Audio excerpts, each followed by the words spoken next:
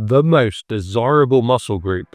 Our chest. Our chest. And chest. When you're at the beach or shirtless, the first thing you notice on a guy is a well-built chest. However, there's 3 major mistakes that guys make when they want to build a well-rounded chest. And not just beginners, but guys that have been lifting for years too. I fell for these mistakes, and even after gaining 20 kilos, I still had a flat chest. Whereas now, my chest is blown up, and I can do this. So, here's what to avoid. Number 1, only targeting the lower chest. Now, this is something I used to do for years and years before realizing the importance of the upper chest. And with my chest workouts, I used to do flat dumbbell press, machine press, chest flies, and these would all target the same, so the lower to mid chest, and there's nothing for the upper chest. So although the lower chest got very developed, my upper chest didn't have that pop, it didn't have that fullness. And by adding incline movements, this helped to really give me that fullness all over my chest. My favorite incline movement has got to be the dumbbell incline press. I prefer this over barbell because with the dumbbells, I've got a bit more freedom, I can get a deeper stretch, and I feel it in my chest a lot more compared to the barbell. So here's how to do the perfect incline press. You'll want your seat at an incline of around 30 to 45 degrees because if it's higher than that, you're most likely targeting your shoulders. And if it's lower than that, you're likely targeting the mid to lower chest.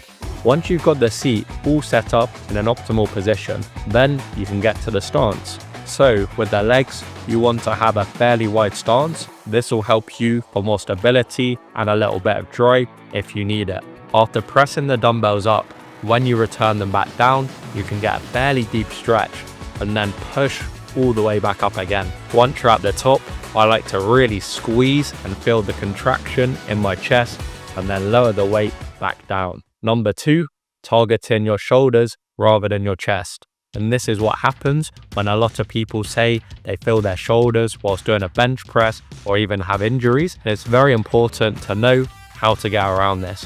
So it can happen in a few different ways. First of all, from the incline bench setup, you can have it too high and that will target your shoulders. Secondly, flaring your elbows out too wide and too far can also lead to more tension on your shoulders. This all leads to your front delts being hit too much. And then if you're doing something like a push day and you've just blasted your chest but also flared up your shoulders, by the time you get onto your shoulder movements on your push day, your shoulders are going to be screwed and you're not going to be able to lift as much. So it can have a dominoes effect. Your chest won't be targeted as much, as well as that, your shoulders will be fatigued and you can't lift as heavy. Getting a good mind to muscle connection with your chest is actually very important, and to do this, you can warm it up correctly.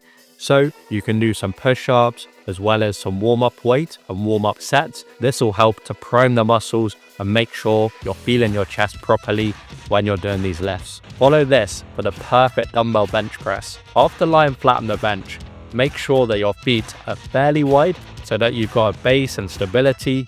Then with the press and movement, make sure that you slightly tuck your elbows in to about 45 to 60 degrees rather than super wide. When you're doing the press, make sure to get a good stretch, but not crazy deep so that your shoulders end up taking over. And then again, when you push up and reach to the top, you can squeeze and really feel the chest muscle working.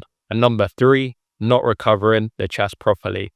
Now, when I first started lifting, I was getting super trigger happy with chest. So I was training it 4-5 times a week at times. And I thought the more reps, the more sets I do, the more exercises I do, the more progress I'm going to see. But this really isn't the case, especially with chest, as it's a much bigger muscle group. So it actually needs more time to recover. So training chest twice a week is honestly perfectly fine. And with my first workouts, I was doing like 5-6 different chest exercises, and this was such overkill. Now I literally just do 2 and I managed to see huge progress. So 2 to 3 chest exercises is all you need. You don't really need any more than that. And for the exercises, I would always include a flat bench or an incline bench within my routine. The other exercises can be accessories. So it could be cable flies, could be machine flies, or could be a slightly different, more isolation movement. and then you're all set. So that comes to the end of the video. And if you'd like to see more videos like this, but on back, on shoulders and other muscle groups, let me know in the comments and I can cover it. And for anyone who needs more of a customized, structured approach with the workouts and nutrition and even accountability and support, you can click on the first link in the description where you can apply for my one-to-one online coaching. Other than that, drop a like, drop a subscription, and I'll catch you next time.